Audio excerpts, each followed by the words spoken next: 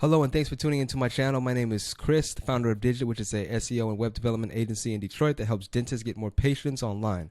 So what I'm going to be talking about in this video is ways that you can, or just a few changes that you can make on your own time that doesn't cost you much investment, to no money investment at all if you know how to do it yourself. But either way, even if you have to pay somebody to do it, it doesn't cost that much to do. So I wanted to talk to you about ways that you could get more patients coming through your office by simply making sure that your website is searchable and usable for the user who is looking for your particular product or service. So the first thing that I would like to talk about, and this applies to dentists who already have a website, but you cannot do this without a website. Well, you can, but you won't see the results like you would with the website. So you must have a website if you really want to see some results here. So for an example, as you can see here, we have a search results for emergency dental in New York, or for emergency dentist in New York. And as you can see here, we have the first few results with the title, description, and everything is properly being displayed before the user even clicks on the website. So it's very important that people know what your website's about before they click on it, because if they're not sure what they're getting themselves into, they're more than likely not going to click. And yeah, so let's just make sure that, well, you should make sure that those things are taken care of. And I'm going to show you what that looks like exactly. So when you go on the website, you see here they have a heading which describes what it is, dental emergency, where it's located. And then at the top here, if you look at the tab, it says Emergency Dental NYC. So that's very important that that shows up there. Let me see. Oh, wrong button. I was going to show you the tag inside of the browser just to so you know exactly what I'm talking about and what the search engine sees. So here we go. We're going to pop open our browser console. So I don't expect you to know what this is, but I'm just going to give you a rough overview. So this is the stuff that gets rendered by that's online that that Google searches through.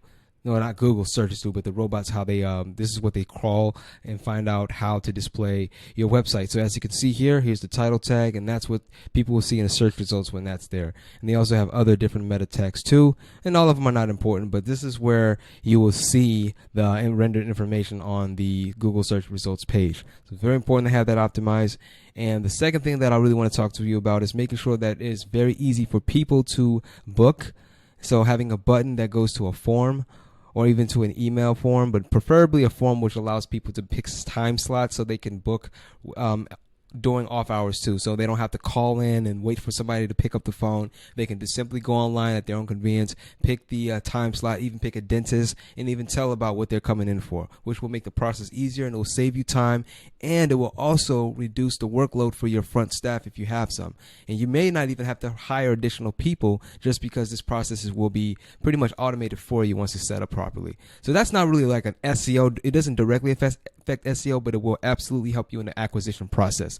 So it's no point of spending time and money attracting a patient to your website and then just for them to just leave because they couldn't find what they're looking for. So that's very important. So the next thing I want to talk to you about is keywords. So what keywords should you really be targeting? Well, that all depends on what type of dentist you are. You might be a dentist that specializes in orthodontics, periodontics, Invisalign, cosmetic dentistry, and there's so many other categories that you can invest in. And there's so many other services that you can offer to people. So like I said, that depends on you as a dentist. But as you can see here, let's just say you specialize in root canals and you're located in Orlando, Florida. So as you can see here, we have about 50 people searching for root canal services in Orlando. So it might not sound like a lot, but as you can see, it's 18, which it's a pretty good number, which allows you to rank for that keyword without too much effort. But it's not the most easiest keyword, but it is something that you can actually rank for. So there are other keywords that are actually a lot lower than that. So if we go to this page related to root canal services, they will show a few other different keyword terms that will have some ranking. So I'm sorry, not rankings, search volume. So like I said, I focus on the small keywords because they're easy to rank for. And if you're searching for a keyword that has a low competition, you will have a higher chance of popping up on Google in a shorter period of time for that specific keyword, instead of going after dentists in New York City, which will be practically impossible because there's so many of them, especially if you're using a more a broad term like dentist located in New York, which is even more difficult to to wrap around. So let's just say we wanted to look for another keyword. So we're going to go back to the Keyword Explorer page, and I would say, let's just look for emergency dental in Houston. This is for an example.